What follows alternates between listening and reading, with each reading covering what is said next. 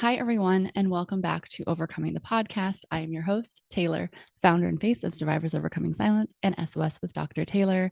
And today, you probably heard that heavy inhale and exhale.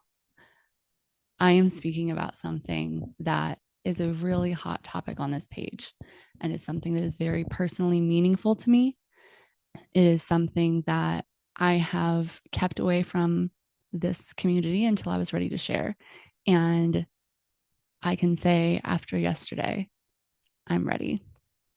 I'm actually recording this episode on Mother's Day of 2025, which is very accurate for what we're going to be talking about. And that is generational trauma and generational healing.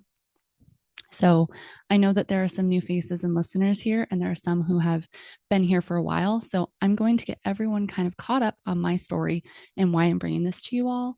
And then we'll dive into where we are moving forward. And I think this truly may be, knocking on wood, crossing fingers, one of the most impactful episodes that I've ever personally recorded, but also potentially one of the most impactful episodes for listeners. So, when we speak of generational trauma, we go all the way back to episode 2 and one of my first episodes, and when I really first told my story publicly in this space.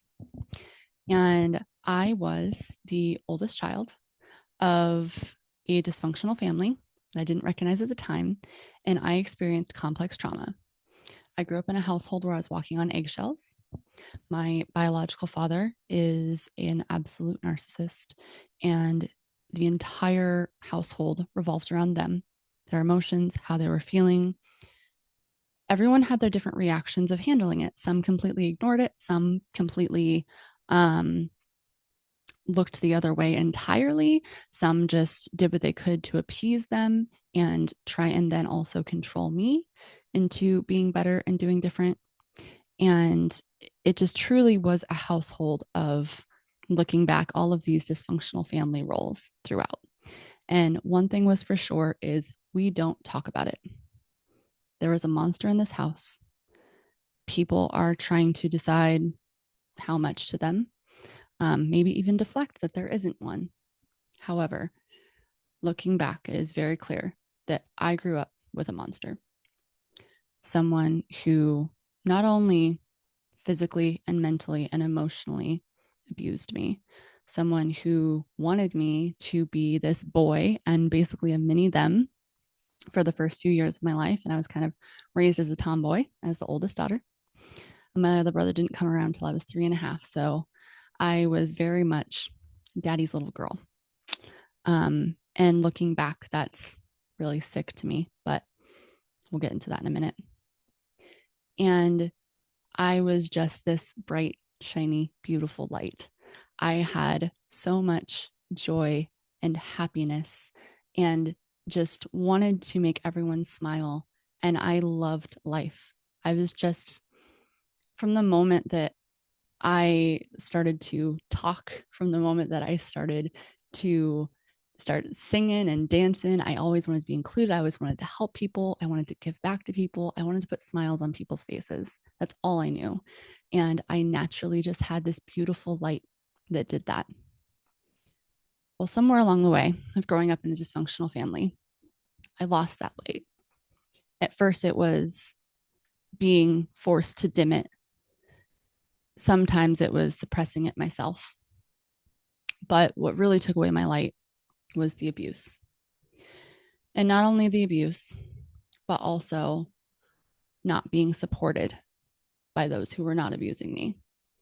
And instead of getting help for a little child who is losing their light, you look in their eyes and you truly just see darkness by the time they're 7 or 8 years old, and is asking for help and not being heard, and is instead being treated like they're the problem. I was the scapegoat and the black sheep and the dysfunctional family dynamic. For a while, I thought that I was someone who was silent until I was about 15 or 16 years old. But I recently went back to EMDR therapy about 2 years ago. and I uncovered some repressed memories. And as I uncovered the things that happened in my early childhood that I was fully dissociated from, I also uncovered the advocate for myself that I have always been, that I asked for help, that I told them that they were mean, that I was either seeking the positive attention or the negative attention, anything I could to get love and belonging. And instead, I was just discarded. And it led me to some really heavy realizations, some realizations that I made with you all on this page, recognizing that in this dysfunctional family dynamic, that it really seems like the scapegoat or the black sheep of the family is the one who is treated the worst and is often the one who is there to break the cycle. The scapegoat and the black sheep is the one who is the loudest in opposition to the dysfunction. Other roles may be there to continue the dysfunction or are too scared to change the narrative, are too scared to face the opposer, are too scared as to what else could happen if they say anything or do anything. That was my mother. When I went back into therapy about 5 years ago, after taking an extended break, I went back processing a sexual assault from a father figure when I was 22. There was no biological relation, but this is a family that has been there since I was born. And there's a whole episode on that, so I won't get into everything. But what came through in that is I thought that I was going in to process that incident and those wounds.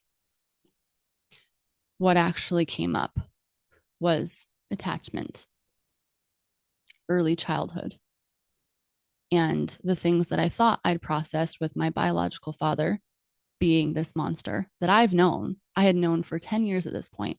I had been no contact. I've been healing. I've been growing. I've been teaching others all about the textbook cycle of abuse, the gaslighting, the manipulation, the ways that the abusers find power and control in the entire household, that they scare even the victims into staying silent, maybe with their life, like mine, maybe by making them doubt that they're the problem and they're actually going to get in trouble if they say something.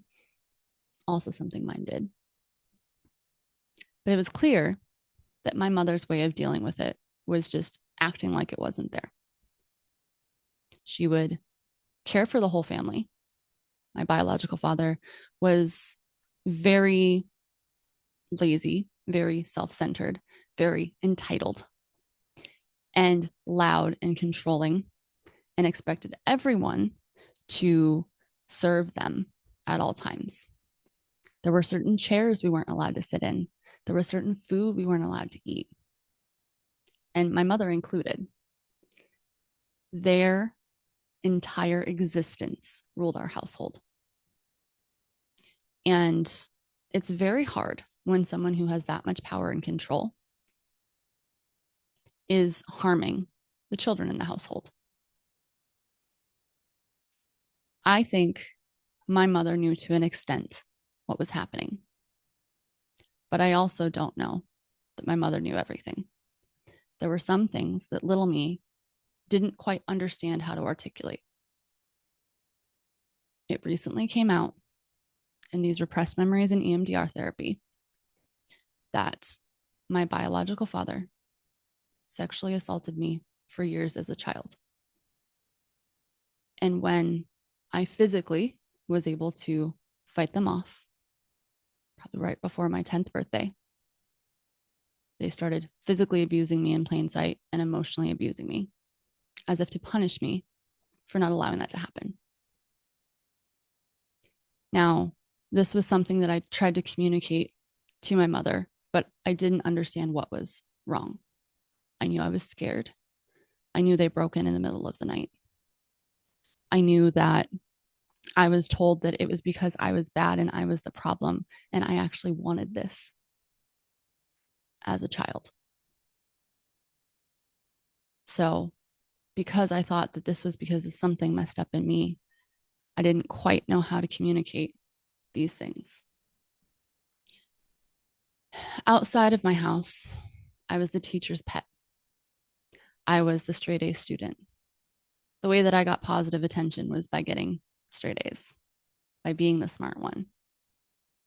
And as the oldest sister, as my brothers started getting older, I had a brother who's special needs, who was developmentally much younger than he actually was, and another brother who was 3.5 years younger than me. And as the physical abuse started happening in the household, and my biological father's temper would take over, I would physically step in front to protect my brothers. I had a very hard time coming to terms with all of this as an adult, because what led me to going no contact with my mother was how poorly she treated me as an adult. And I don't even think she realized for a while, but I was a reflection of the truth of that household. I was a reflection of the monster that existed. I was the one who said it's not okay, and I was the one who would not let it go.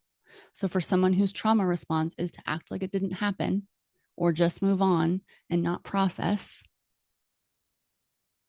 I became the deflection. I became the mirror. My family didn't want to admit how horrific the household was. How much more might have been able to be done? And I don't think there is a perfect answer. And I was very angry for a long time. But I have since released that anger. And I have recognized within that each of the members of my household were traumatized because of the one monster controlling everything, and who at least alluded and attempted to show that they could control their entire life and destroy their entire life. And when someone has that kind of power over your livelihood, you do not know how you are going to react. I was the one who eventually stopped being silent. I fought hard. If no one was going to protect me, if no one was going to be there for me, if everyone thought that I was the problem, that I was crazy, that I was dramatic, that I was angry, that I just misbehaved, if I wasn't going to get that love and belonging anyways, if I wasn't going to get that safety anyways, then I was going to fight for myself. And I did. I fought hard. I fought throughout my childhood, which got me into more physical altercations with my abuser. Left bruises on my body, bruises I would try and cover up, wearing long sleeves, kind of hiding. Then it got to the emotional implications of later into my life. I was 15, 16, attempted suicide attempts. That this person was so in my psyche that I was sleepwalking, having dreams, that they were instructing me how to kill myself. So it looked like I did it willingly while they were coaching me how to do it. That one point, my mother woke up and found me with my head in the sink, trying to drown myself, half asleep. And still, later in my life, when this all came out when I was a teenager, I was somehow still the problem. And in the middle of this is the golden child. I mentioned at the beginning that my biological father wanted a son, wanted a mini me, as narcissists do. You are me. I will live through you. Everything that I could not accomplish, I will take pride in that you represent me. You are not your own entity. You are mini me. And when I was unable to do that, and I was unable to be that, and I stopped being their victim in the middle of the night, then they found my brother. My brother, who's 3.5 years younger than me, since he was around 5 years old, was recruited, psychologically manipulated, and brainwashed to hate me and my mother. And there was immediate triangulation growing in my household. Now, for a long time, I blamed my brother for how awful he was to me. And it doesn't negate any of those things that happened. How the things they said were incredibly insensitive, how they joined in on the physical abuse as I was pinned back and they were coached to hit me in the stomach, that they may or may not remember. But I have very vivid memory. My brain had been protecting itself for a while from a lot of the early details and some of the most painful. And it opened up. And I see it all. I spoke before many times about how these past couple of years, I completely felt like I was at the top of the healing pyramid. I was crushing it in life, y'all. Like the self-love game, the healing, that you all with SOS in this business. Things were going viral. I had so many clients. Everything was great. I was finding some purpose in the hard things that happened to me. I was helping people like I've always, always, always naturally done and wanted to do since I was very, very young. I created a life that I loved and I lived where I felt safe. I felt seen. I found the people who were important to me. I got rid of what was not healthy for me. And I stepped forward and I chose me. And I was glowing and I was healthy and I was happy. And I miss that girl, that lady, I guess, 2 years ago. I miss her. But without knowing who I was fully, I would not have been able to process all of the heaviness of my childhood and all that was revealed to me. Through my own individual healing, I started releasing that anger. As soon as I went no contact with my mother, I had memories that revealed that she knew about the abuse, that I had told her things like this. And at this time, I didn't know about anything sexual of nature. It was just what I had known thus far, which is physical and mental and emotional abuse. That I was told by my mom, just don't make him mad and you'll be fine. And then every time I reacted and didn't just take it, it's, why would you do that? I told you, don't react. Don't make him mad. Just go to your room and play. Not realizing that they would follow me and corner me and pin me up by my forearms like a goalpost so I couldn't move, and hit me and headbutt me and knee me in the stomach, and then look at me dead in the eyes and say, I forgive you for making me do that to you.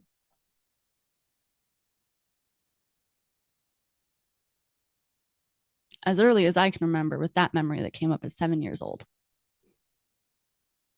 I was told, just go to your room. I tried. It didn't work. There also were issues within my extended family. And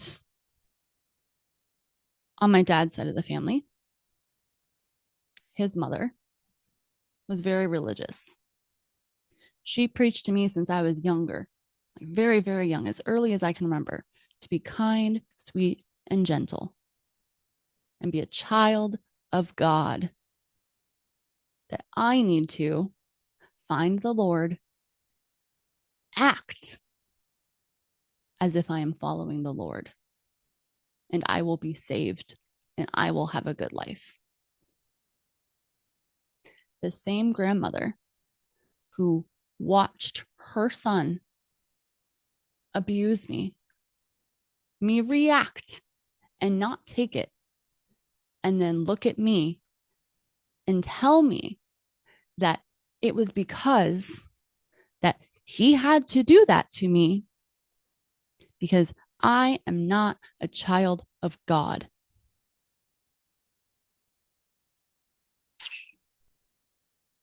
That bitch, she just died. Oh, darn. I celebrated. And I can guarantee you, she's not in heaven.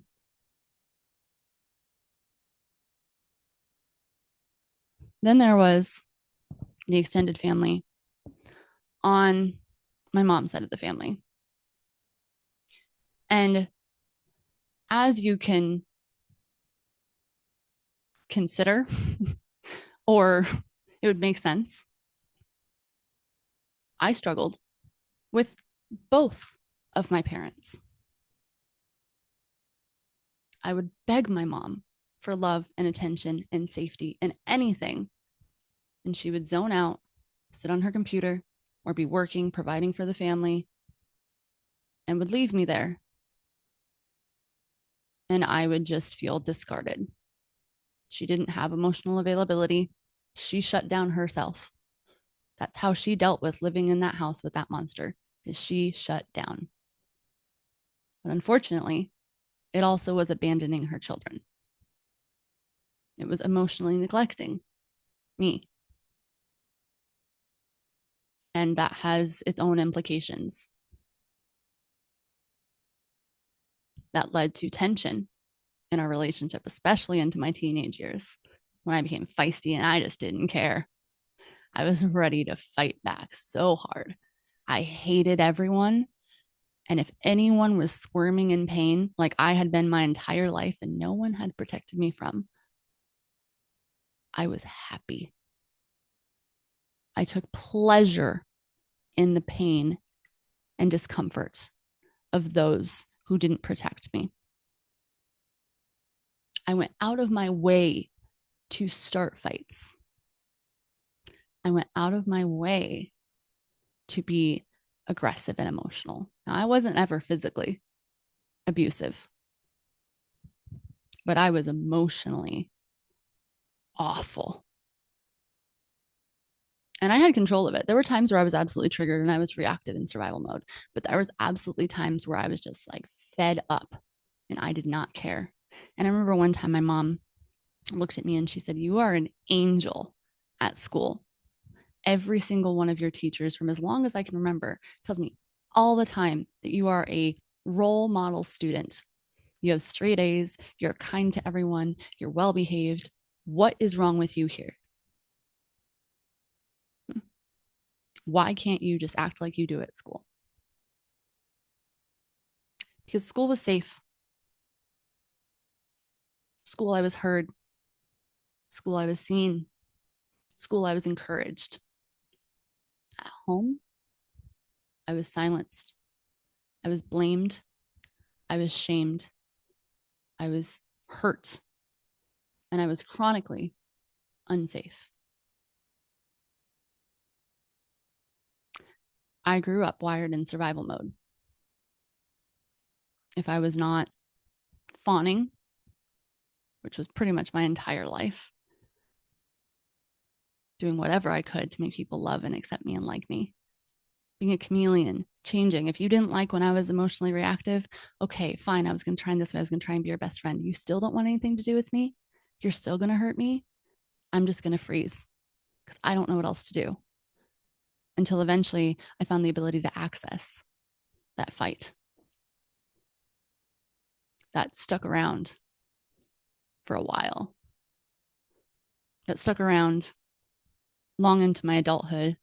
But instead of fighting other people, it transitioned into fierce advocacy for survivors who had been unheard, unseen, blamed, shamed, told they were the problem, gaslit, and have implications long past just being within that dysfunctional environment. And I've been fighting hard. And my family has not liked that, which doesn't come to that as that much of a surprise now that I look back at all of these dysfunctional dynamics. My family, in general, as a culture and beliefs and values, does not believe in mental health, does not believe in therapy, does not believe in self-help books. And actually, those were mocked and said that that's for the quacks, which will be really funny when I write one day. That we don't talk about things outside of the home. And even if it's medical people, we don't, everything's fine. We can deal with it. It's not that bad. Just stay quiet, go to your room, and get through it. Don't make them mad. You don't challenge authority. They never have to apologize, but you're expected to just obey. It doesn't matter how unsafe they are. It doesn't matter how dysfunctional they are. You are expected to blindly obey authority because you're a child and you have no rights. You have no autonomy and no control. You don't get to criticize how it's done. You don't get to talk back ever. You are there to not even really be seen, definitely not heard. You're lucky you have a roof over your head and food to eat. And that's what being a child is about. You'll figure everything else out when you're an adult. But for right now, you don't have any say in how anything goes. And it's not that bad. Just get over it. So let's kind of step forward a little bit as I'm telling my story. I had really complex dynamics with extended family because I tried as I was older, into like teen years into adulthood, to find some kind of civil relationship with both my mother and my father. I went back and forth between tension with my mother and tension with my father. And the extended family saw that as me trying to play them against each other and being manipulative. When really I was just trying to appease them to be as neutral as I could and just have any kind of relationship because I didn't want to be what I felt was an orphan. Even though it was so dysfunctional and I didn't feel safe and I didn't feel heard, I'm big enough now that they should know me and I'm able to take care of myself now. So now I can have a family. From the outside looking in, I can't look like someone who's dysfunctional because I've been told that's wrong. My family can't be broken. That's wrong. That means there's something wrong with me if I don't have a healthy relationship with my family. It means no one's ever going to love me. That means that I'm never going to find that happily ever after, create my own family. That's definitely a red flag for anyone who's dating, let alone looking to marry. They're not going to want that. So I wanted to put a Band-Aid on it and say, let's just move on. Like I've been told my entire life I should do. But here's the issue. My parents hated each other. I can't think of a time when they were ever happy. And so they always talked poorly of each other, and they were always fighting. And there was a messy divorce when I was 15 into 16 years old that the kids were brought into. Me on mom's side, brother on dad's side. Kids were literally split up. My dad eventually left the house that was their choosing. Otherwise, I don't know that my mother would have ever really left because they were so scared. My father decided that they didn't need anything else from this family, convinced themselves that everyone else around them was the problem, took my brother, took a gun, and left. And that was it. They later, because I became the enemy of my biological father, I was told many times that I ruined their life, and their entire life's mission was going to ruin mine because that's what I did for them. I ruined them. Me, the one who was being abused, by finally speaking up. I ruined their life, not their actions. I did. And legally, nothing ever happened. And that's all talked about in episode 2, if you want to go into that. But the cops eventually were involved because of something that my biological father called them on me when I was feisty, and for 3 hours was saying I wasn't going to bed because my dad was cheating on my mom with the youth pastor of our church, and he was talking to her in the other room. That day, done the same kind of physical abuse they always done. They'd thrown me across the room, slammed headfirst into a wall, and ricocheted back. I was held up like a goalpost and headbutt. I was kneed. Same as I always was. I kept breaking into their room because I didn't care. And at this point, I didn't care if I died. Because what was life anyway? And they said they were going to shoot me. And they had a gun in that room. And I walked back in and I said, do it. Instead of that, because they're actually a coward, they just like to use a lot of power and control techniques. They took out their phone, took a picture of me, and said, see her, I shot you with my camera. Wimp. Weak. That it was the lion that was so scared, that was actually just had this really big roar and had so much control and anger and possession over you until you fought back and they cowered and they went, eek, literally like a mouse. So I learned when I fight back, I'm safe.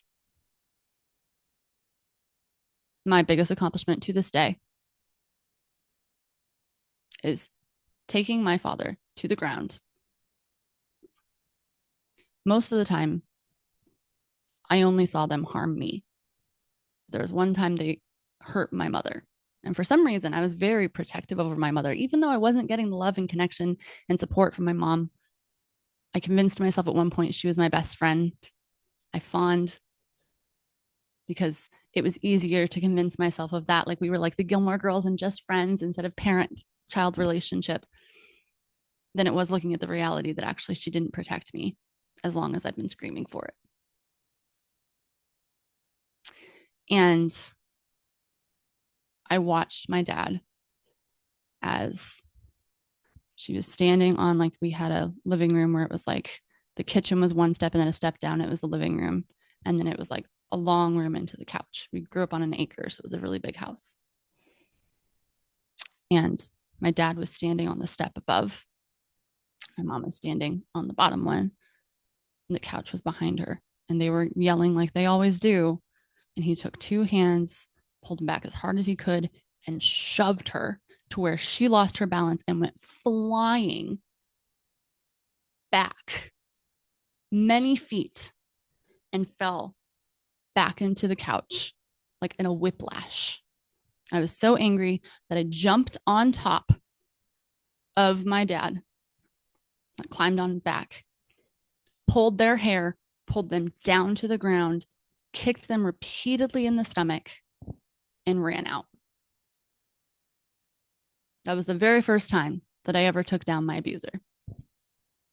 And as soon as I learned I could do that, it was a very different dynamic. And it just looked like an unruly teenager.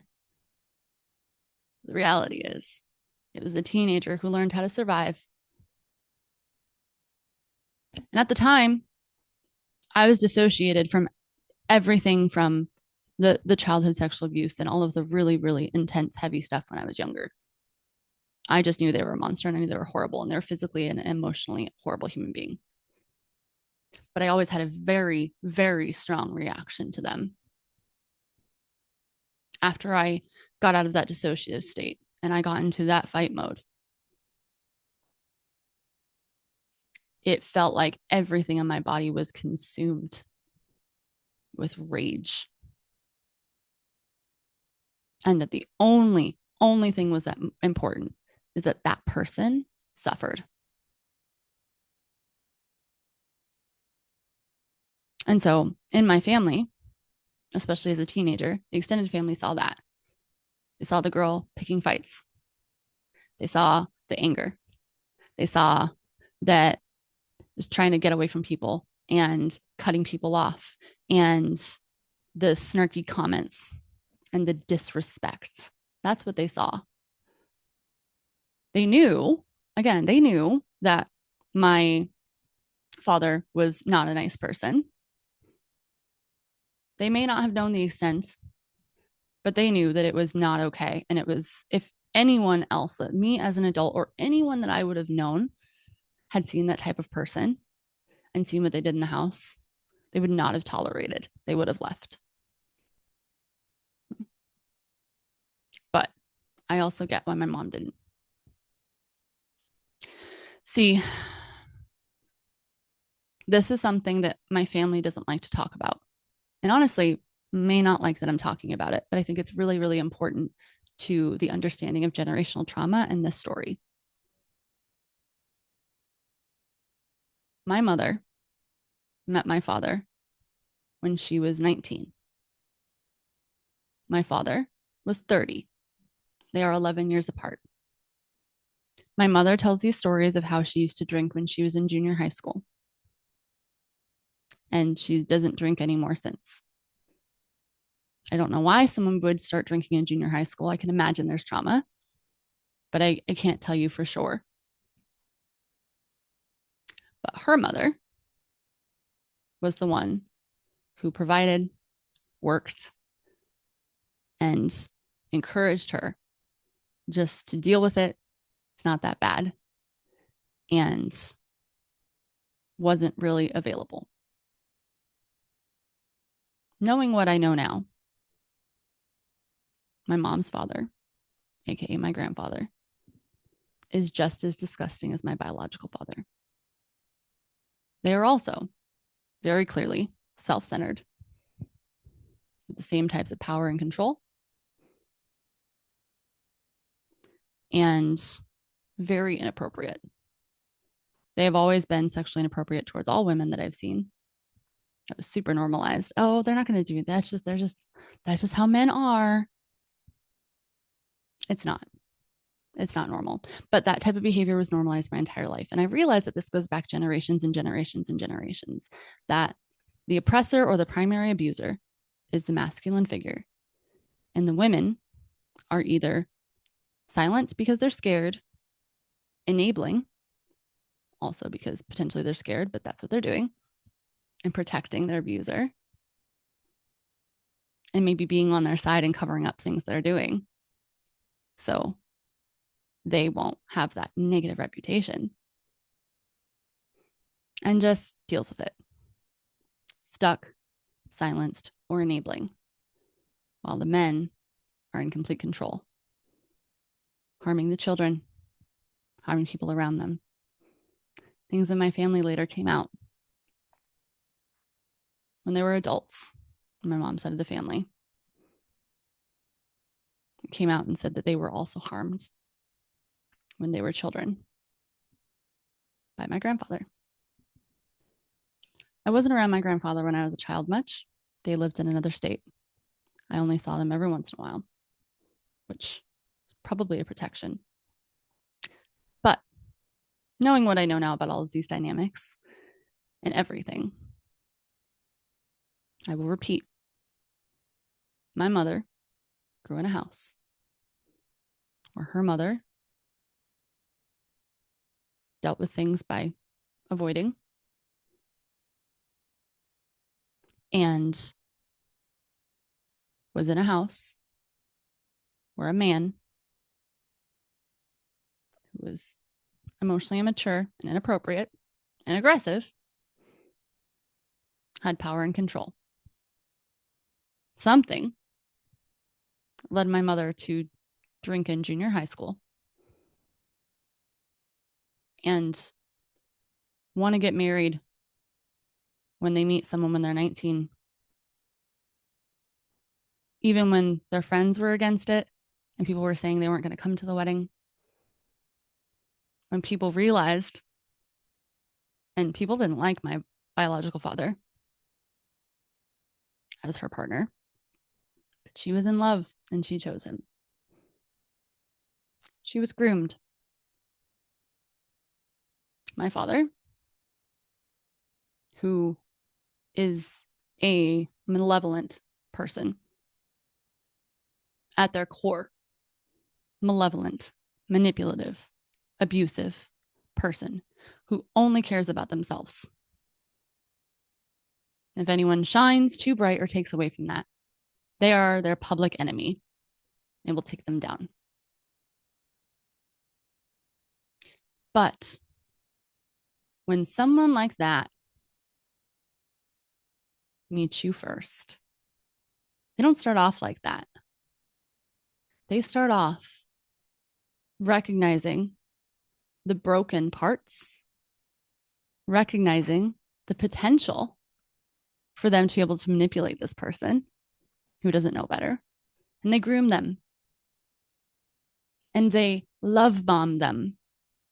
And they treat them better than they've ever been treated, while slightly making themselves above them and breaking down the self-esteem in small ways to make that person question themselves and feel dependent on that abuser. My mom was groomed. My mom coped the same way that her mom has always coped. I don't know what happened in that marriage, and I'm not going to say what happened in that marriage, but I can tell you what I know about my grandfather on my mom's side of the family. And I can tell you that he also is not a good person. That there are people who are no contact with my grandfather who will not let anyone around them.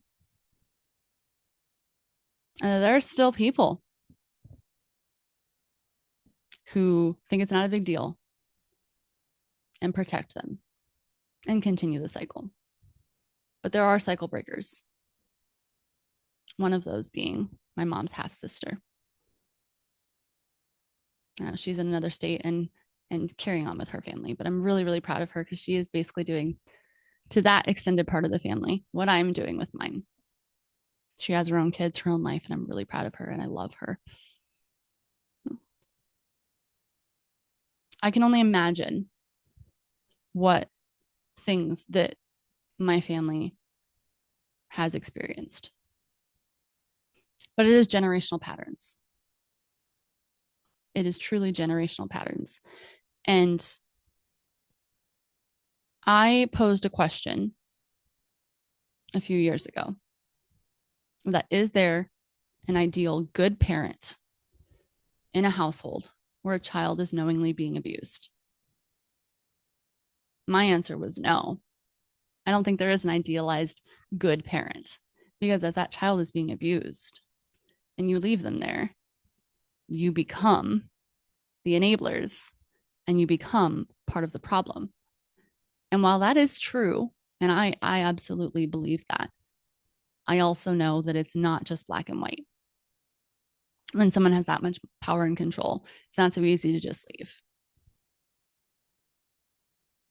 That people's ways of dealing with the trauma is different, but that everyone in the dysfunctional family dynamic has their own version of trauma, and their trauma responses vary based on the roles, their personal backgrounds,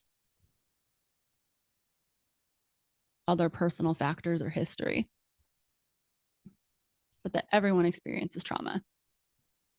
And it's really, really, really easy as the black sheep and the scapegoat to just be so angry at absolutely everyone, hate them,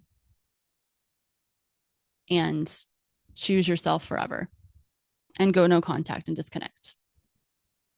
And that is what I did. I got to a point later in my adulthood, a couple years ago. So, like, we're talking like late 20s at this point, where I was speaking openly on my page. I was excited about the advocacy work I was doing, where I was told that my trauma didn't exist, that I enjoy giving myself PTSD, that I'm just looking for attention. And I think trauma is getting the wrong slice of bread on a sandwich that I ordered. It's denied, minimized.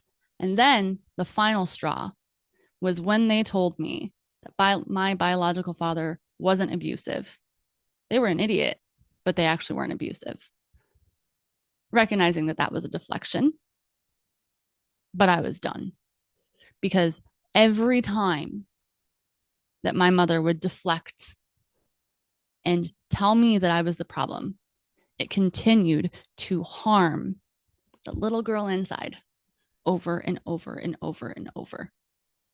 And so she couldn't heal when she was constantly being faced with continuous harm and re-traumatizing from her childhood. So I went no contact. And there were many times in my life that I went no contact with my mother. But usually what happened is I didn't have the stability. I wasn't ready to have the idea of not having a family. I just wanted things to be civil. I needed financial help. I needed whatever it was. There was always something that where I was sacrificing my needs, abandoning myself just for the sake of having the relationship. And what I recognized before I went no contact for what I thought was going to be the last and final time, and never, ever reconcile, was that it was more about the idea of what a family is. And my family was actually just causing me more harm. That every time I was around them, I was taking a bunch of steps back. So I was making progress in my healing. I had people who see me and having these like found family and friendships. And every time I would repeat those dynamics. And then started to shift with the cycle of don't make them mad when it comes to a sibling. And I refused to be part of that. And so I walked away. For many, many, many, many, many, many, many years, I would tell my mom, how you treat me hurts me. Please consider how you talk to me.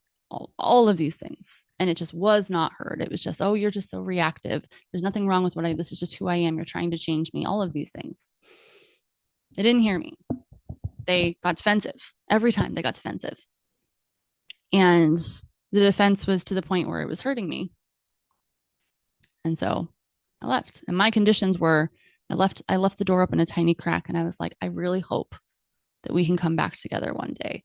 It's like, but you denying everything that happened to me and continuously taking my character into question, telling me that I'm the problem.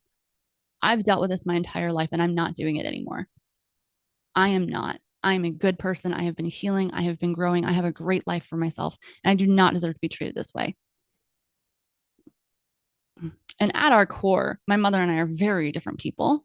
I'm the goofy, all over the place, just loud, dynamic, emotional, all of that. Like I am big, I am loud, I am there. I am a big personality. My mom is the opposite. She's quiet, pretty stoic. We don't have emotions. She's like Capricorn stellium, including moon. If that means anything to you, certainly does to me. As a Pisces, Aries, Gemini. Yeah. And it was really, really hard, even just at a personality level. Like we didn't always mesh or connect. It took extra effort.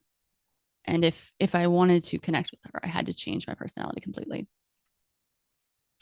So I wasn't, not only did I feel like I wasn't heard, but I also had the realization that my mom didn't even like me. She may have said she loved me. She may be my mom. She may do things for me as far as acts of service sometimes.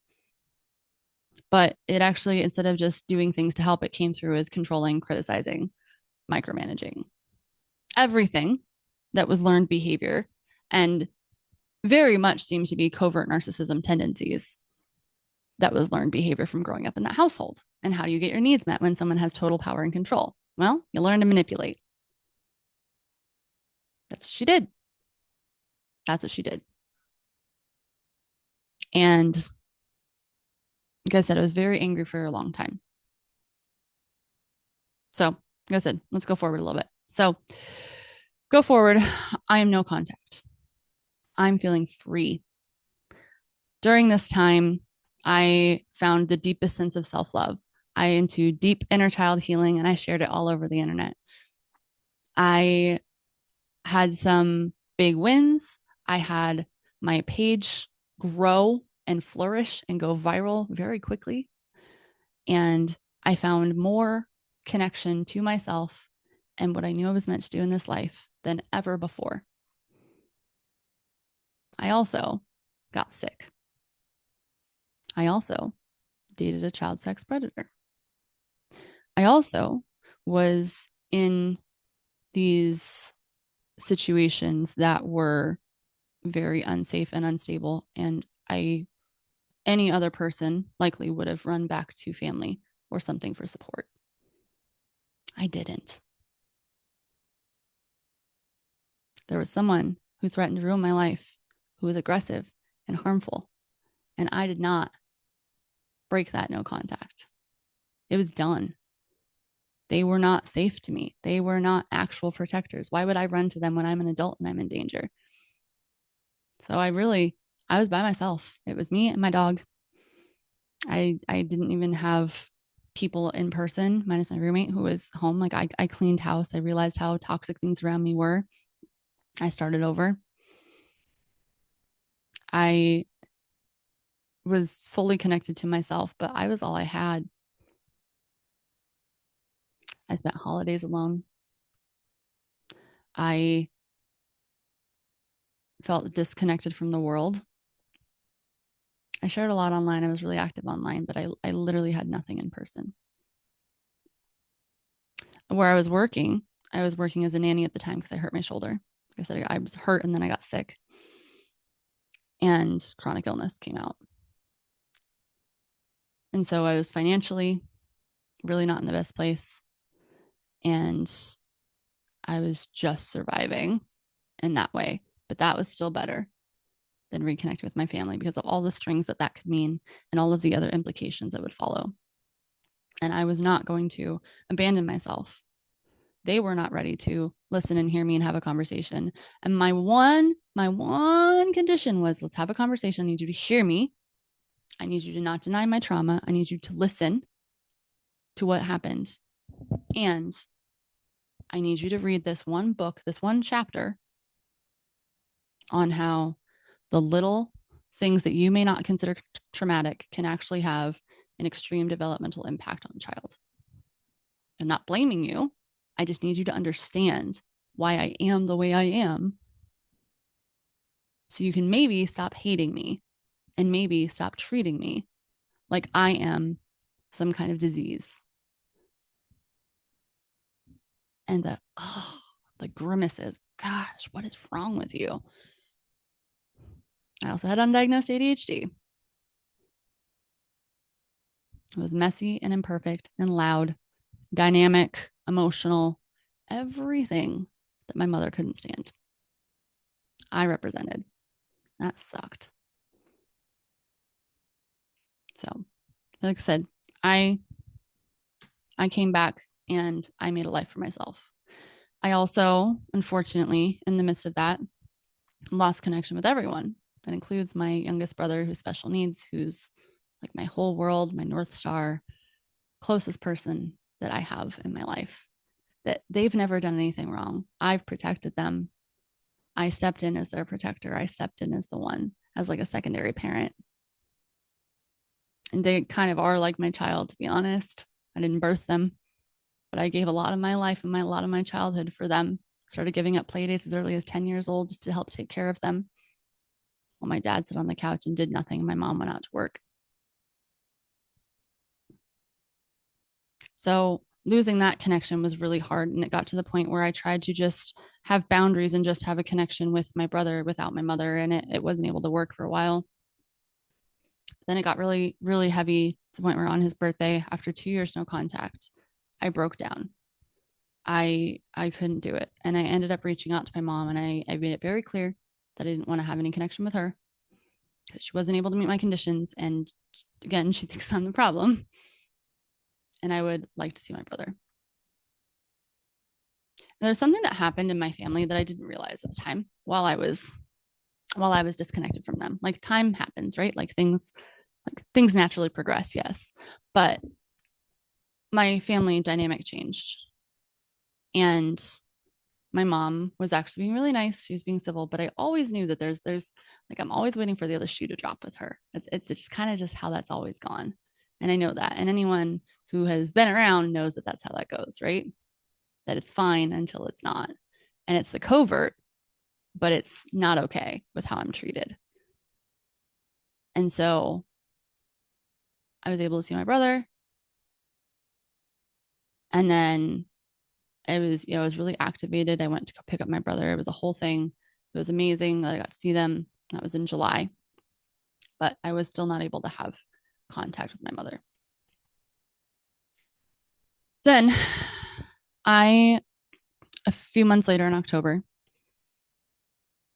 I got this really, really strong intuitive nudge that someone was going to reach out within 24 hours. It was going to be a really hard conversation, but I need to have it. I need to listen. I was like, okay, that's weird. Whatever. Kind of discarded it. Not a big deal. I'm crazy. Whatever. Less than 24 hours, my mom reaches out. She texts me, hey, I'm feeling like you might need something. I'm feeling like I should reach out. Do you need something? Are you good? I was at the point where I was probably not going to meet rent. I had just gotten COVID and I wasn't able to work. So I wasn't able to get paid. I was living paycheck to paycheck, barely making any money as a nanny. Didn't have anyone, had just escaped this child sex predator. And I responded that, well, yeah, energetically we are really connected. Yeah, I would need someone. I really would need someone because I'm actually don't know how I'm gonna do this and I'm really scared, but I can't trust you and I can't rely on you. And I wish I could, but I can't. I can't let you back in because I know there are strings and I know how it goes. I can't do it. And it went back and forth over text of that there's no strings. I just want to help, blah, blah, blah. And I basically, again, shared like, this is what I need to have any type of connection. Like, I can't do this. I can't have you just help me. I can't just like, I'll help you. No, like nothing. Like, you don't have to talk to me, whatever. Like, if you need help, I will help you. And again, I'm like, oh, this is a manipulation tactic. Like, no. And then she ended up, after a couple of days of me going back and forth and refusing, I messaged back and I was like, okay, you know what? I can't. I'm like, I need money. I need money. And there was a couple times during this no contact. There's one time specifically where I was kind of nearby my mom's house. I've been about a year no contact at this point. My car broke down. My phone was almost dead. I didn't have any actual service where I was. And so I didn't have the access to call insurance or anything, but I knew my mom's number. I went to the store, called my mom, and I said, "Hey, I'm stuck. It's the middle of the summer. It's really hot. I can't call anyone. I don't know where else to go. Can you come get me?" She had an attitude about it, but she came and then picked me up, went to her house very briefly, and then just like lashed out at me, said that I can't keep coming and going and I can't decide when I need her or not. And it wasn't, "Are you okay?" It wasn't. It was just like, "You don't get to use me." I was like, "Okay." I was done. I was done, right? That was the last I heard is, "I'm going to help you, but I'm going to make you feel really guilty for it. And I'm not actually going to be there for you." And if I had any other option, I would have taken that. My friends were out of town, that I didn't have the access to get what I needed. And that's the number I had memorized. That's all I had access to. And instead of like me saying thank you and all of those things, it was met with, "How dare you?" So you can imagine why I was apprehensive when they said they're going to help me, no strings attached. But she did. She did. She helped me. I was able to pay my rent. And then she asked if I wanted to come over and talk because my brother was gone. And I said, "This isn't, I can't rekindle with you. I can't do this. I appreciate you helping me. I will pay you back when I can because I don't want to owe her anything." I was like, you got me out of a spot and I appreciate that. And I recognize that, but like nothing has changed. You won't have this conversation. You won't treat me any differently. You can't. I was like, "I will talk to you if you will sit down and listen to me and we can have a conversation. I'm just going to come over and act like everything's fine. We can have a conversation about what I need and why I actually left, even though I've said multiple times what this is throughout my life. You haven't heard me. I've written letters.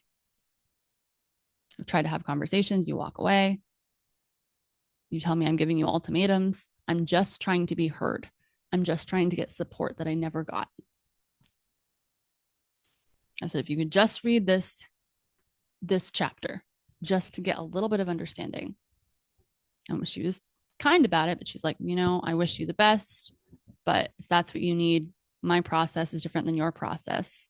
And I can't do that for you."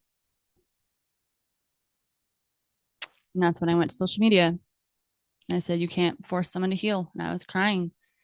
And I was very open about how hard it is to be no contact and how I once thought that door that could be cracked was closed forever.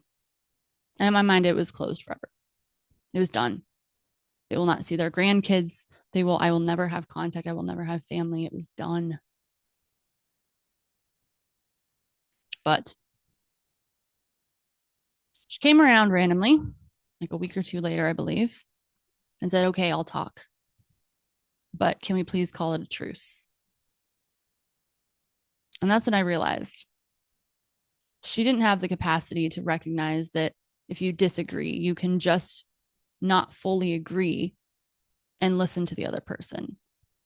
She saw every disagreement as a fight. She thought that I was trying to belittle her and battle her by just having my voice heard. I made it clear that that wasn't the case. And I was actually being very direct, but still kind, and then agreed to meet up. So saw my mom, went over to her house. And at first it was like uncomfortable. I was a little like, "Hi, yeah, how are you? Oh, okay. Catching you up, whatever." I kind of caught her up in my life a little bit. I told her that I dated a child sex predator and it was really scary. And they said they were going to hurt me because I told on them because they were hiding out. And I reported that and they knew I was the one who did it. I was like, "Why didn't you just come home?" And I was like, because I can't, because you're not safe, because you're not reliable, because last time I went to you for help, you told me I can't choose to go in and out. So why would I do that? Well, it'd be different. I was like, "No, it's not different." So it kind of started off with that and then morphed into a 4-hour conversation where I was finally heard, where I explained what trauma was in the brain And I explained what survival mode looks like, and I explained what emotions look like, and that I'm not crazy and I'm not aggressive and I'm not just a bad kid. Horrible things happened to me. And I'm not just stuck on it and choosing to make myself have PTSD. I have PTSD because it changed the structure of my brain. And that I'm not trying and I'm not doing any of this for attention because I don't want this kind of attention. I want a happy life. I want acknowledgement. But more than that, I want love. I don't want abandonment. I don't want this pressure. I don't want restriction. I don't want constraint. I want connection, but I can't have it. So I've had to choose myself. And there was one thing that I said in this conversation. My mom was listening, acknowledging. She didn't use the word trauma, but she did say that she can recognize why I reacted the way I did and why I, in general, am so fired up about helping people and just why I am the way I am. I told her I also had ADHD that was undiagnosed, that is now treated. And that's part of the thing that I was just so messy and so all of these things that she didn't like me to be was actually just a disability. And I just slowly started seeing things click in her brain. And my mom's not someone who apologizes. My mom's not someone who shows emotion. Her one emotion is frustration, and it's usually whisper frustration, and it's usually passive aggression. And it's not, we don't cry, we don't, nothing. She's just a rock in an emotionally unavailable way, a rock. And I told her that when she criticizes me, controls me, talks poorly of me, denies my childhood, denies my trauma, anything like that, that she continuously hurts that little girl inside of me who just wanted to be loved and accepted and understood and just wanted connection and belonging. And that every little zing that she feels like is nothing, every little side look, every little frustration towards me personally just hurts that little child over and over and over. I said, and the way that you deal with things of passive aggressive remarks and the guilting and all of that, that hurts. That's not fair to me. And you're just hurting that little child. And she started crying. Something that I have never seen my mother do. At least in that context. I've seen her like happy cry at commercials or something. But like in an emotional, actual, real conversation, she started tearing up. And she goes, "I'm so sorry." And she reached across the table and she grabbed my hand. I'm also tearing up thinking about it. She said, "I'm so sorry that I made you feel that way because that's not how I felt." And there was more that I was explaining throughout the conversation and about like, just avoidance and not being able to be there and how hurtful that is and how much I asked for help and I was told that I just need to be quiet and just deal with it. It's not that bad. She gasped and she said, "That sounds just like my mother." And again said sorry. And I explained to her avoidant trauma responses and I explained to her I recognize now what that could be and how harmful that monster really was and how much power and control they had in that household. And I get it. And I released a lot of anger, but I was really angry and that I didn't want to over harp on the past and I just wanted to move forward. And if they could vow to treat me better, not deny the stuff that I've experienced and the harm that's been caused, if they can recognize that I am an imperfect healing human who is not trying to get attention or have these big reactions or cut off people in the family for sport, that I just want to feel safe and I just want to move forward with my life. And unfortunately, there are things with PTSD that are going to come back, but I'm actually really good at working through them. I'm a really dang good person, and a person that my mom really hasn't gotten the chance to know because I've had to wear so many masks or be constantly criticized and told that I was the problem. I wasn't seen, I wasn't heard. But from that day forward, we reconnected. She told me that she would do that and she would consider how she's talking to me. And she even opened up about how when I put these things out, it feels like she doesn't know how to interact with me because that's just her being herself. And she feels like I don't like her. And there was a bunch of back and forth. And we were able to have really open and honest conversations. And this is the first time that she also like opened up about how some of my actions hurt her. And she was coming from a place of hurt, but also still wanting to care for me because I was her daughter. And the only way she knew how to do that was to physically give or show up, either give money or, you know, advice or whatever. But it was always, there was always a criticism with it or like a slight or like a, you know, there was something that was, it was never unconditional support. It was always, okay, but this is why this is wrong. And this is why you're not, whatever. Like, this is why I don't agree. This is, you know, you're stupid for doing this. Why would you, you know, it was just criticism after criticism. It doesn't matter anything that I do, it's wrong. But you would still help me, but I would never hear the end of it. Never hear the end of it.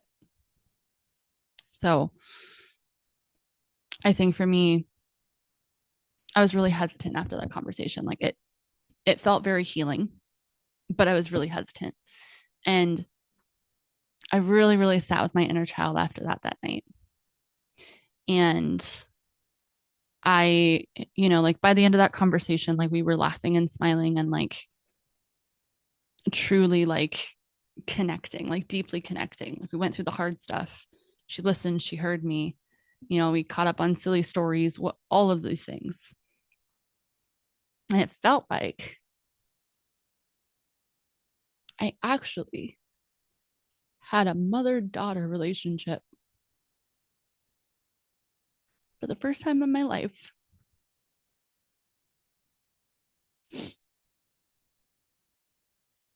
And that was healing for my inner child, but also really scary because I also knew at any moment I could lose that. And at any moment they could change how they're reacting. They could jump back into their old ways and it wouldn't be the same. And so I was waiting for the shoe to drop probably for about 6 months. I started coming around more. I had chronic illness stuff going on. My mom, I went and asked for help. I had been for a year going to different specialists and no one knew what was wrong with me. There was something really wrong. I was bedridden some days. My blood pressure was going up and down. I was having like severe symptoms that had never happened before. I was out of work for extended periods of time because of this. I needed help, and unfortunately, I needed financial help. And she agreed to pay for this private pay specialist who's supposed to be the best of the best that has been recommended to me by everyone. And because of that, she paid for it. It was expensive. And I was afraid of strings. No strings were attached. I got the help I needed. I got the diagnoses I needed. And I was starting to feel better with treatment because I found the right treatment, the right supports. And I was starting to heal not only physically, but emotionally. My mom helped me do that. And I recognize that for some people that's a no-brainer. Um, a lot of people have a lot of support from their family, like financially or otherwise. This was a really big thing for me because I didn't have that. And if I did, like I said, there was criticism or strings, and it wasn't to the capacity that I ever needed. I was pretty much on my own. Got a little bit of support here and there, but grown Tay had to handle everything herself. There wasn't a fallback. There wasn't a safety plan. It was on me what I was doing in my life. And there were a lot of things that happened outside of my control where I really was at a point where I needed help, and I couldn't move forward without it. And she was able to do that for me. So timing wise, everything was a blessing. I don't know what I would have done with my physical health. I don't know.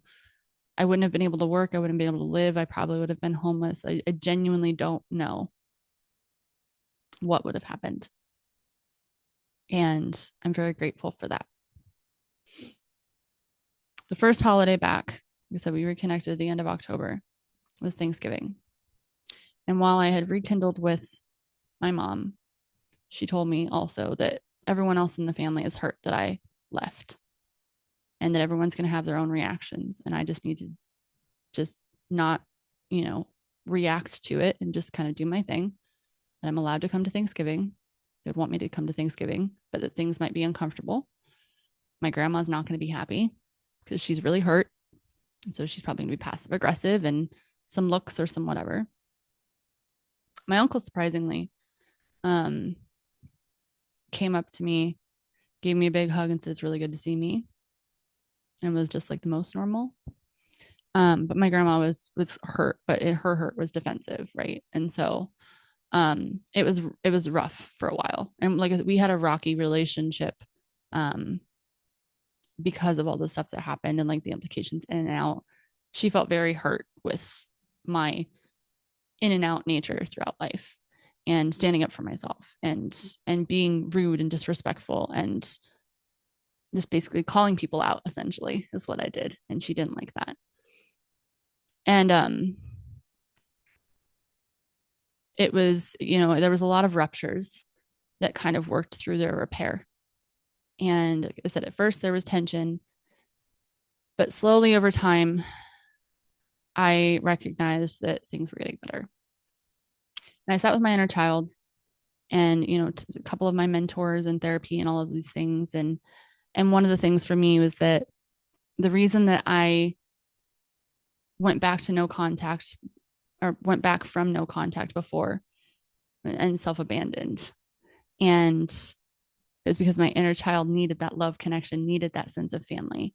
I didn't need that anymore. I had done enough individual work that I knew who I was, loved who I was, trusted who I was. I got me. I processed so much stuff. And it was just, if this adds to my life, great. If it doesn't, I'll let go of it and I'll be fine. But if it ever changes to where it's toxic or where it's not okay for me, I will walk away. And I did tell my mom that very clearly. And I told other people that in my family very clearly, that I'm here, but it's not okay just to treat me however you've been treating me. I'm here to move forward and to have repair. I'm not here to continue a negative cycle. And they seemed to respect it. And at first I thought it was all talk, but then it started showing in actions, and started with the dogs being all excited to see me, and randomly my brother, who's also emotionally unavailable, the one who's 3.5 years younger than me, had a random conversation about, "Hey, remember when you really overreacted and you had this thing and it really hurt me?" And we were able to have like open and honest conversations about why this happened and why you didn't see what I was dealing with, and all of these things where I felt abandoned by my family. And I lashed out because you were like making a big deal out of doing anything for me or helping me, even the smallest thing. When everyone around me, I was moving out basically. And there was one thing that I asked my family to do, and they made a big deal out of it. And was in the middle of doing it and got lost at the light and freaked out and went back and said, "Nope, I'm not helping you." And I felt so abandoned, so frustrated. I just I was angry. They were laughing. They thought it was hilarious. And I was angry and I was hurt. And they were like, what is wrong with you? Like, just, it's not a big deal. Like, what is your problem? And I was so upset because I watched the person I was moving in with have all this support come in and I didn't have anything. Again, why would I? Right. And so we were able to have those hard conversations. My brother also, who doesn't show up for people, a couple months later helped me move. Just him and I in a U-Haul moved into a new place right after Christmas. Started reconnecting at family events, started going to holidays, started, even though holidays are not like they used to be, like it's very just like very small thing. There's never anything like big celebrations that all of a sudden, oh my gosh, you're here. And it's like this massive extended family. No, it's my mom, my grandma, my uncle, my brothers. That's it. Like there's not, it's not a big thing. Um, and so for me, like it was, I was rebuilding my in-person supports.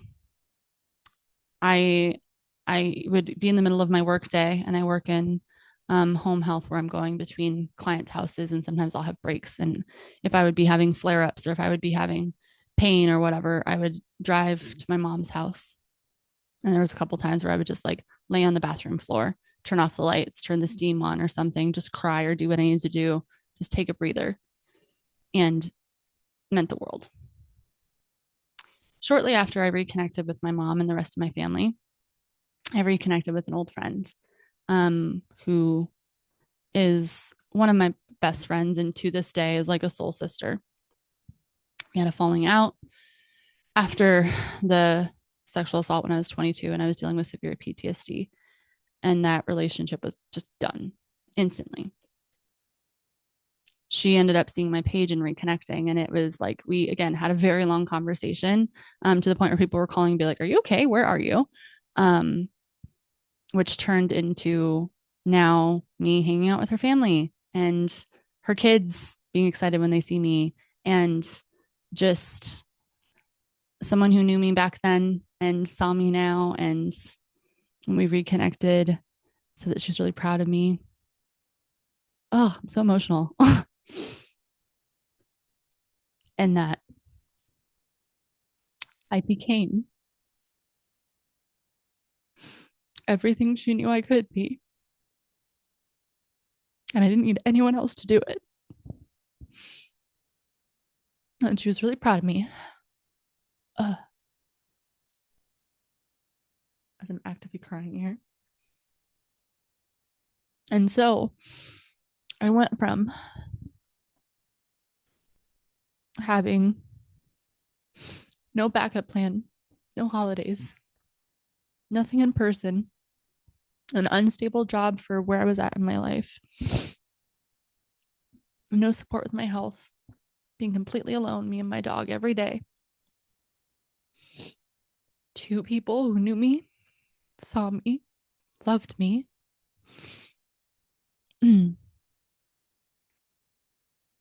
And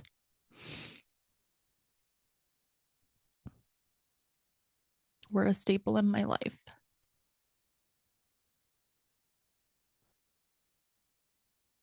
It was really special.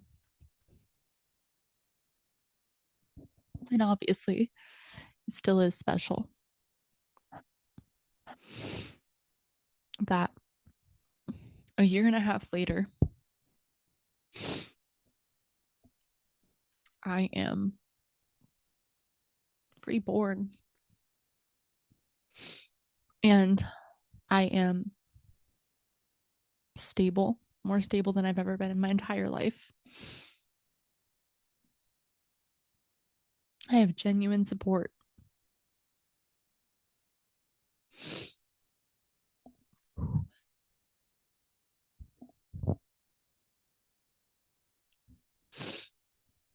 Something that little me, teen me, big me never had.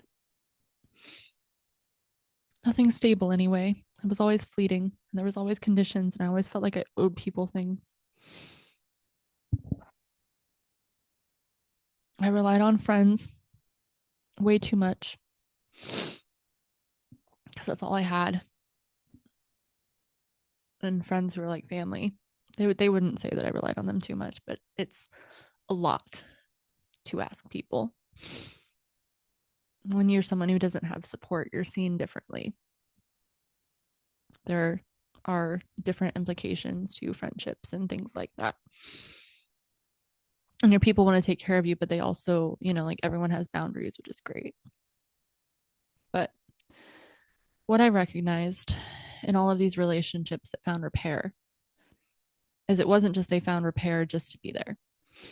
They found repair in ways that were healthy, in ways that were boundaried, with strong communication, with emotional vulnerability, with genuine connection, and the ability to have the hard conversations. And in that, through the things that were harder, also found even deeper ability to enjoy the positive moments together, and the fun and the laughter and the supports.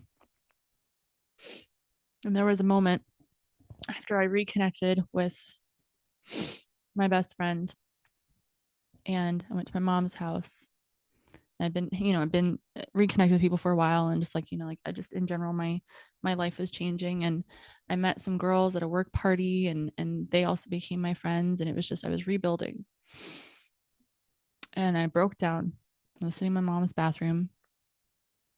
She was like a really big like vanity area. I was kind of getting ready for something, getting ready to go to an event. And she came up behind me and she asked what I was doing, and I was starting to cry. She's like, "What's wrong?" She gave me a really big hug and like held me. I looked at her and said, "I have people again. I have people again. I learned how to not need that. I learned to be okay on my own. But the feeling that I didn't realize how much I was missing. I have people again."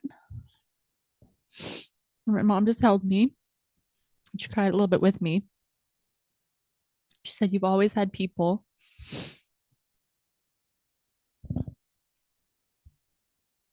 It was just hard to connect. But we figured it out. And you have a place. And you will always have a place. As long as I'm alive.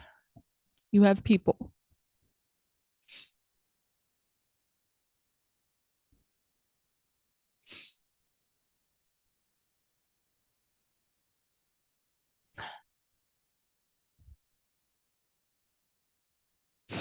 I'm trying not to say sorry for having emotion, but I do. I'm also, if you're watching on video, you're like, "What is she doing?" I'm like trying to pat my tears into my foundation so it doesn't smear. It's like a little powder puff for tears. Ugh. And I've realized that all of these changes was because I chose to go no contact and step away from the environment that made me sick so I could heal deeper. I could reconnect myself deeper. My true self was afraid to come out when I was around them in the state they were in. That I needed that disconnection period.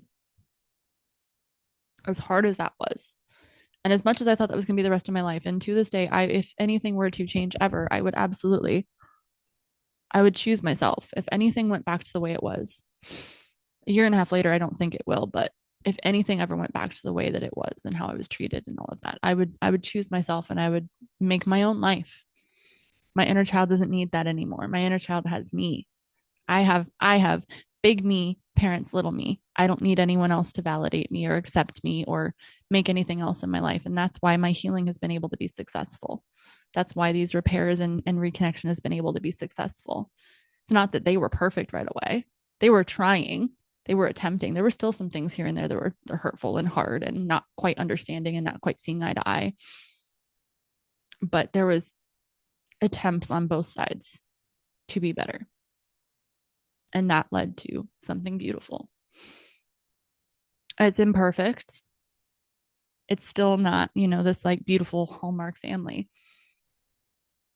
but it's breaking generational trauma. It's acknowledging the cycles and shifting, not only in the big ways like the abuse, but also in the ways of how we participate in these trauma responses and how we respond to the disruptions, how we respond to the monsters, how we move forward in our lives. My mom started her own healing. She started changing her own ways and started shifting her own mindsets and wanting to understand during that period of no contact. That because I walked away and I wasn't basically part of the family, that she had the opportunity to look at herself. She had the opportunity to look at everything, that the little attempts at reconnection and me just abandoning my needs just to have me back didn't work. And that it was fix it or be gone forever. And it's been repairing and will continue to be repaired. I told my mom and I were in contact when I had the repressed memories of the CSA from my dad. The really scary, hard thing is the first memory that came through, she was actually in.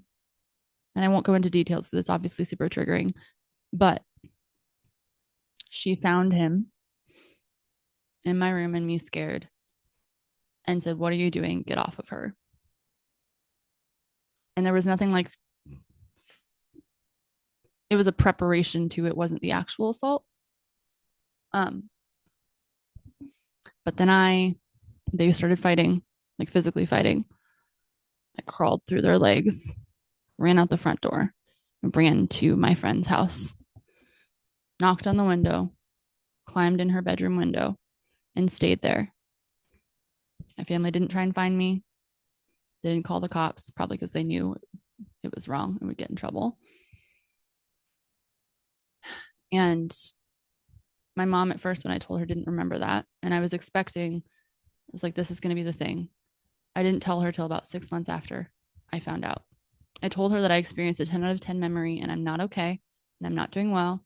This is my first trauma PTSD thing since we've been reconnected. I needed her to know. She was really supportive. She just held space. She didn't try and control or criticize or anything or tell me anything that I needed to do. She just held space for the big emotions. And I was working through all of that stuff and processing. And I also had more physical distance during that time, especially. Like I would kind of check in, but I didn't, while I was that raw with everything going on, I didn't feel comfortable being around my family. I wasn't around them as often in the beginning either. Like I was very much like, you're there, that's great, but like I'm not spending a lot of time with you. I'm like, hey, like keeping my own boundaries, keeping my own distance, but I needed to feel okay and to maintain what I thought could be a relationship. I needed more distance for a while.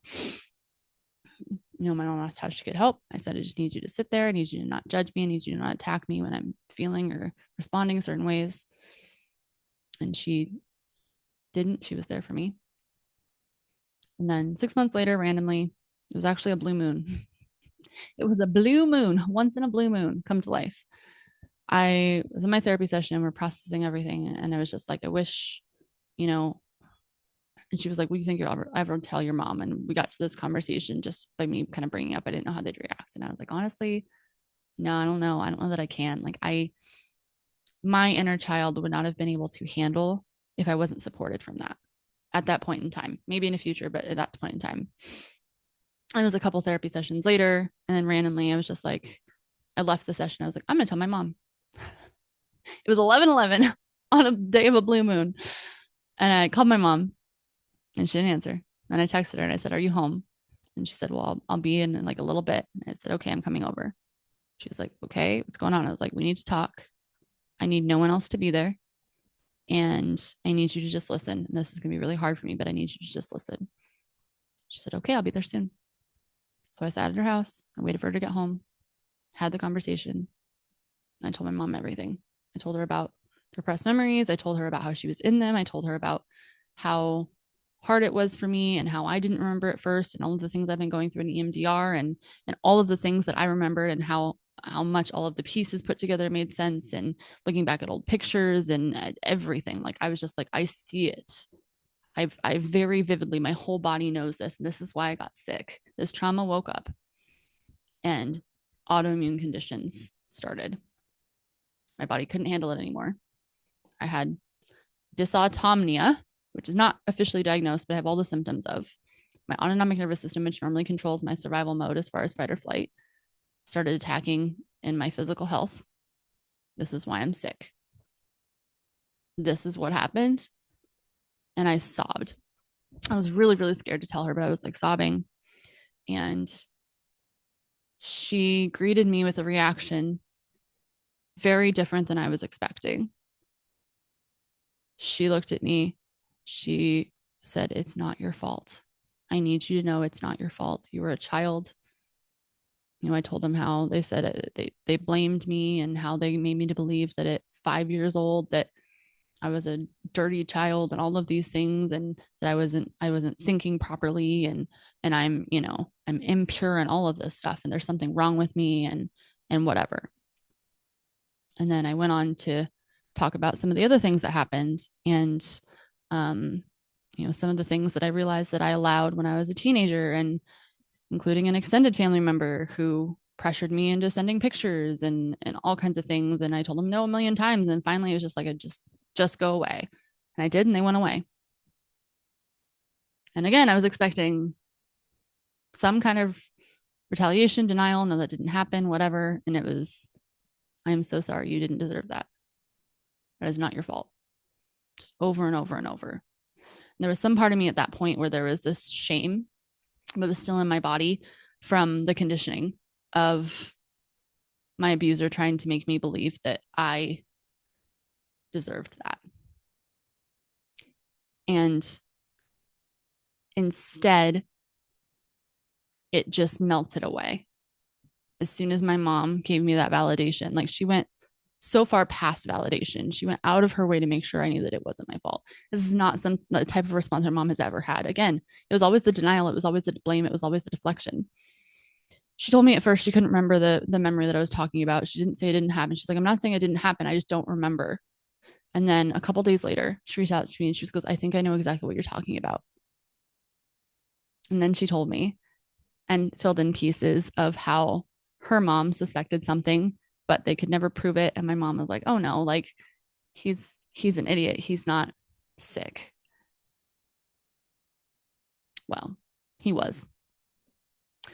And so she filled in where there was a few years where he wouldn't even sleep in the same bed, and she didn't know where he went at night, and now she knows.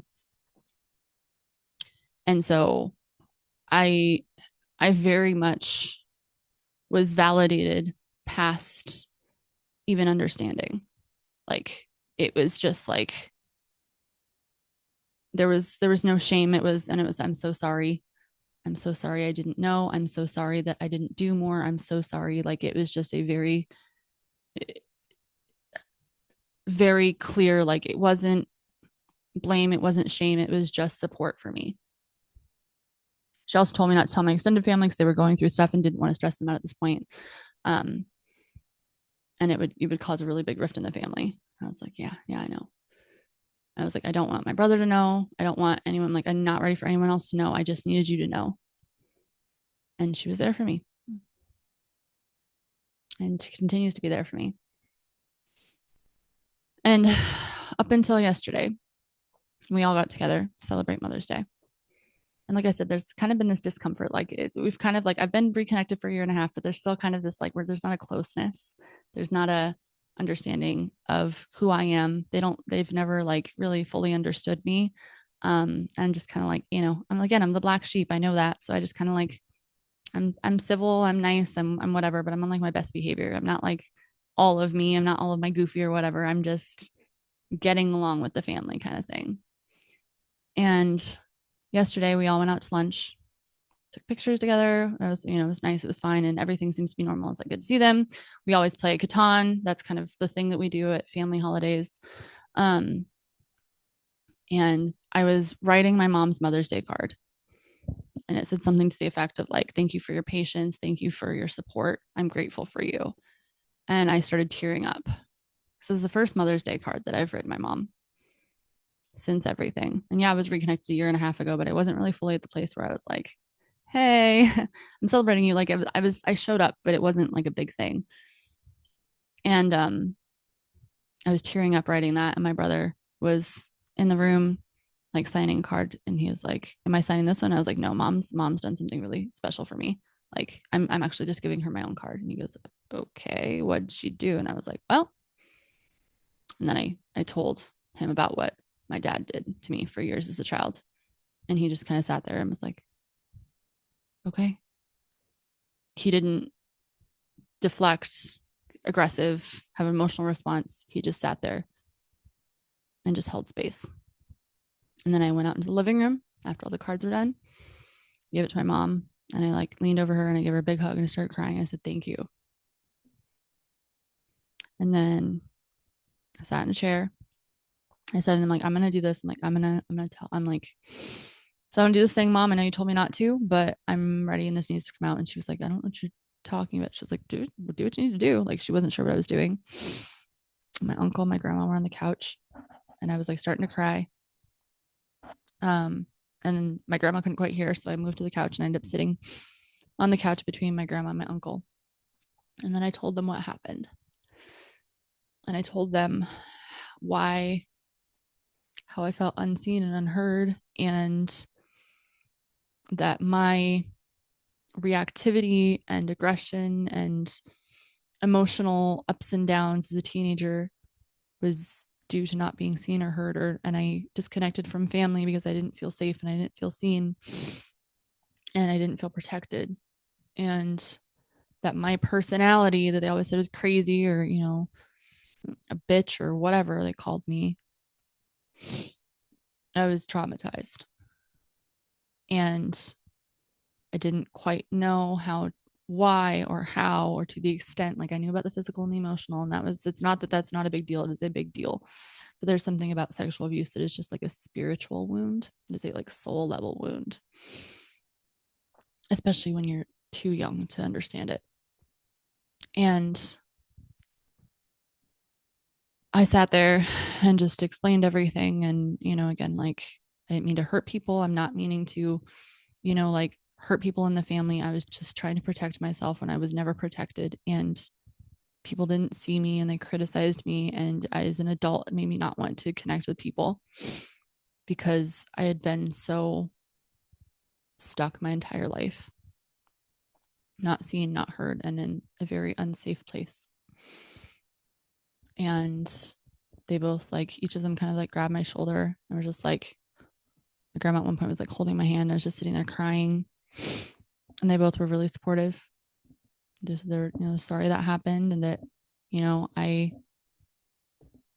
they wish that they could do more, but it's hard for those kind of things and it's hard to see and it's hard to intervene. And I said I tried to communicate, but I didn't fully know what I was communicating. And it was met with, there's not much you can do.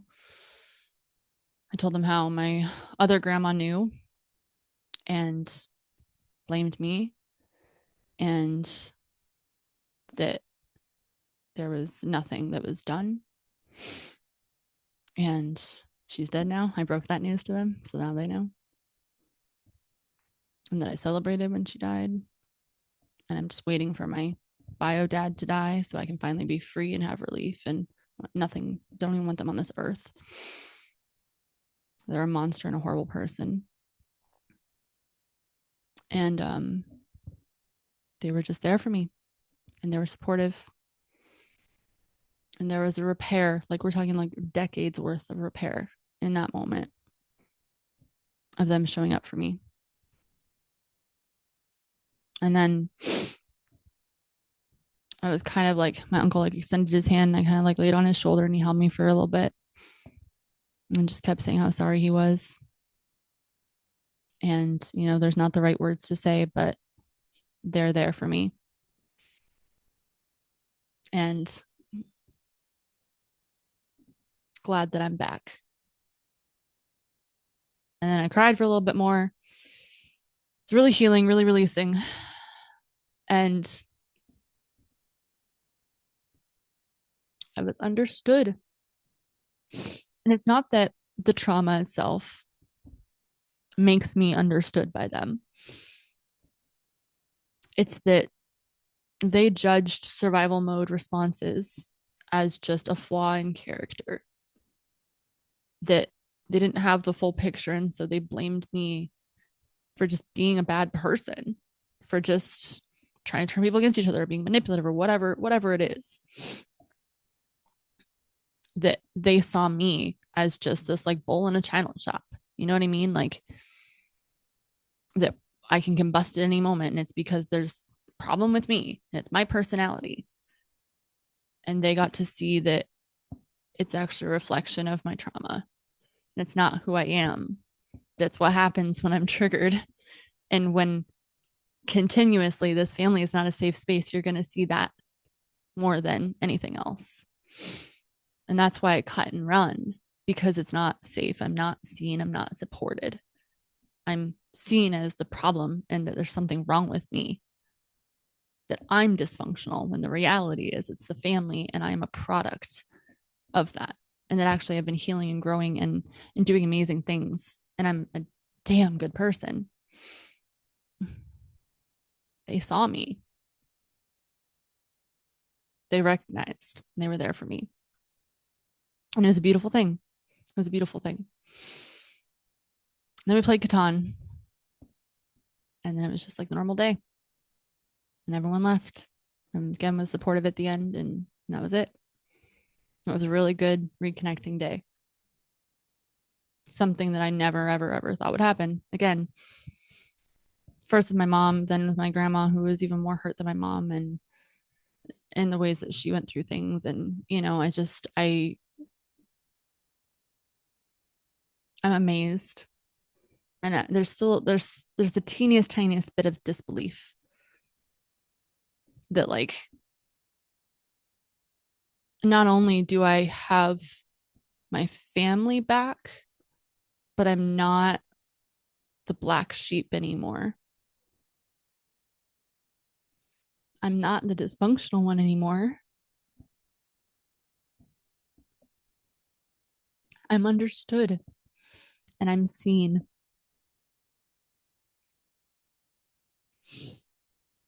I released my own anger, so I was able to come from a place of objectivity and understanding without blaming. Do I wish that they would have done more to support me? Yes. Do I see the implications and how much power and control and how scary that person is? Yeah. Do I still believe that anything should have been done to protect the children? Yes. But I've let go of that resentment. And I have this new understanding of generational trauma, that it's not just the black sheep that's impacted, it's everyone. And that the one who chooses to heal, does their own thing, just might be the one who's able to either break their own cycle. And if people don't come around, we can't force them. You can make your own cycle, and you can change things with, if you have children or anyone you end up with or whatever, you can change the cycle for you. And that is one way of breaking the cycle. The other way is doing your own healing. And it starts to inspire healing and understanding in others. When you start responding differently, they start listening differently. And they may not, they're not, it took a while, it took a year and a half of reconnection for me to even get to that point of having hard, real, honest conversations with the extended family. And, it was a lot of me checking in with my inner child and boundaries and things that I continue to uphold in relationships because it makes it successful. that there are moments that they needed help. Actually, there was one point a few months ago where my mom's air conditioning went out and it was taking a long time to get fixed.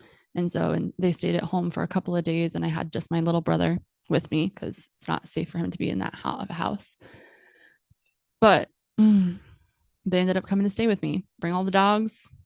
It was in my space, not criticizing all the things that they may or may not agree with.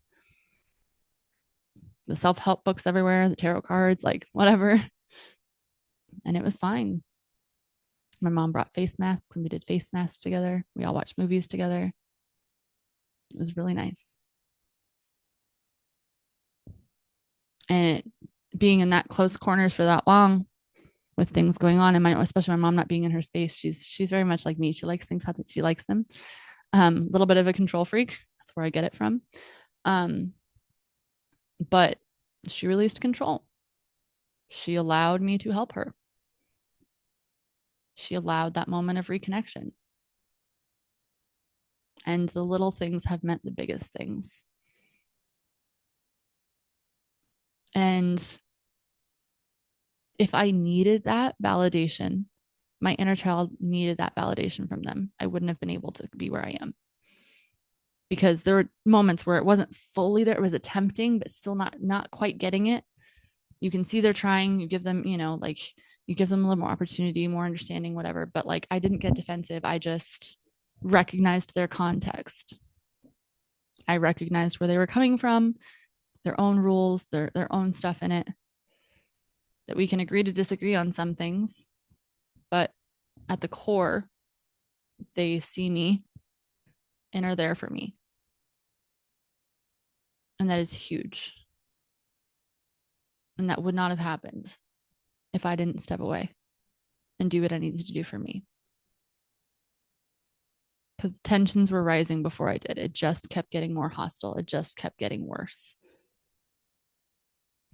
And as hurt as everyone was that I made the decision to step away, it was the right thing to do. Also, when we're talking about generational trauma and generational healing and like breaking cycles, there is one side of the family, like my paternal side of the family. I'm not changing them. I'm never going to, nor do I want to, nor do I care to. I don't care to interact with any of them. Because I actively celebrated when my dad's mom just passed. When I got news of that, I happy danced. I ordered cheesecake that I'm intolerant to, but it was worth it. I was so happy. And I do not have any shame in that. You don't have to understand that context. If you don't understand that, you're very lucky that you have not had that much pain and suffering from a person in your life. You're very lucky. But I have been no contact with my biological father since my early 20s. And looking back, there were a lot of signs that they were always inappropriate towards me. The reason I disconnected with my biological father. It's one of the moments where I was trying to be civil in my early 20s. And my dad asked if I could watch my youngest brother at their house while they went with my other brother to go the next state over and pick up a truck and come back and be like an overnight trip. I said, yes, it's fine. I mean, I've watched my brother many times before. Like I said, since I was young, so I know what I'm doing.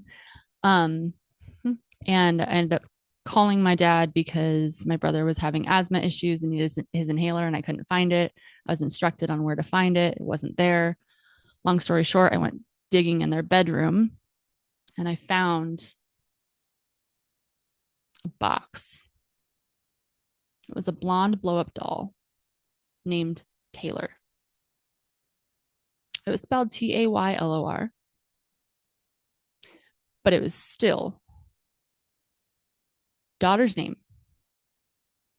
And the intention behind that was we went searching for that. And so I said, that's not okay. And I was disgusted. and I cut off contact and I was done forever. Little did I know they'd been obsessed with me for a while. And to the extreme level, and that story is for another day, but it is Dateline worthy. But what I really, really want to focus in on is understanding generational healing. I've been holding off on this episode for a while. One, because I know that people have a lot of opinions about no contact and have their own personal experiences. And there are a lot of also like projections and hurt responses and things that people may experience emotionally at the idea of my family reconciling, that theirs may or may not, or whatever. I recognize that, right? I'm not saying this is something that is going to happen for everyone, and I'm truly shocked that it happened for me. But I also really want to remind people that sometimes just your healing is not only your rebellion, it is breaking cycles. That I didn't realize at the time that the individual work that I was doing while I was no contact was actually adding to the healing of my family. There were things that were happening I didn't even have a part of that were happening after I stepped away that had never been even close to the case when I was constantly there as that irritant, the reminder over and over and over and over, triggering the deflections, triggering the trauma responses, triggering all of that. When I wasn't there, there was a lot of opportunity for healing and a lot of change. And it happened. We still don't fully agree on everything. There's certain things that, like I said, my family's not big on mental health or anything like that. In their own way, they're breaking their cycle. They're changing their patterns. They're changing their behaviors. My mom has used the word trauma.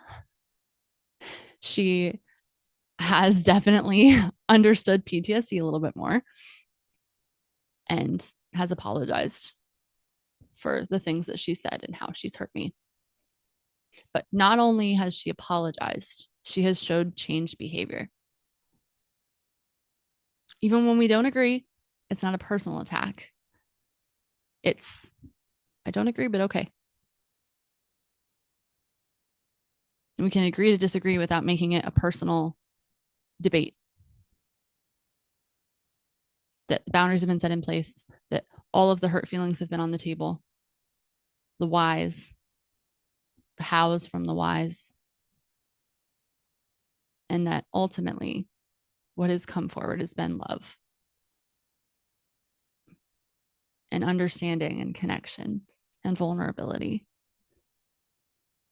and imperfect, but moving forward and healing. And to me, whether or not I reconciled, if they're able to do that, I think that's worth it because they're changing their own patterns. I'm very grateful that it is where it is.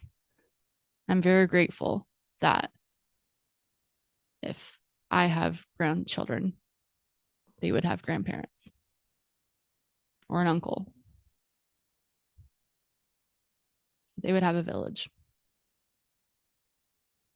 I'm very grateful for the experiences of my own healing and the pain and all the parts of me that were able to heal at a really deep level.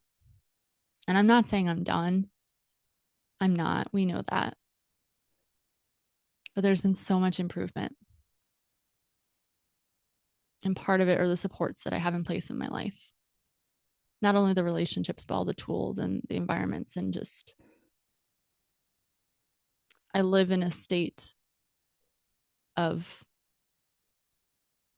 feeling seen, understood, safe. I'm not on guard, not waiting for the next shoe to drop. I'm able to just be myself and coexist and have typical family problems Everyone else always had. I was like, wow, that's what a family problem is. Wow, really? Cops are involved in ours. That's weird. Whew. Like I said, that whole story up that I knew like up until 5 years ago. So the repressed memories and stuff isn't in it, but part one is in episode 2, where I understood complex trauma and it kind of all came to a head. A majority of it's there. And then everything that I've like kind of realized since is like kind of sprinkled throughout all these episodes. I've been doing this for a while. But I can say that I'm really, really grateful. And this Mother's Day, I got to celebrate my mom. And in a genuine, very deep, grateful she exists. My life is better right now with her there, kind of way. Even though we are two very different people, we were able to see and recognize each other and have that mutual support. And it's a beautiful thing. So, now that I've sufficiently gotten mushy gushy, we're going to talk more about some of the things and very specific experiences in future episodes and things. And I'm sure interviews and conversations with other creators and stuff as well. But I really wanted to bring that forward today. And I've been waiting for a while to record this episode. And this is what needed to be said right now. So that's the update. From no contact and an emotional orphan to repair, reconciliation, and deep, deep, deep healing individually and collectively as a unit. It's not perfect, but it's really beautiful. And I'm really grateful. And I'm also grateful for all of you who have been here listening, even allowing me this vulnerability today. I really appreciate it. I know that it's not always easy to hear these kind of things. And I'm just really grateful for my life. There have been some really hard things that have happened. It has been not easy, but the cycles that have played out and that have been shifting are impacting every single aspect of my life. I am better because I went no contact, because I had the chance to do very deep healing.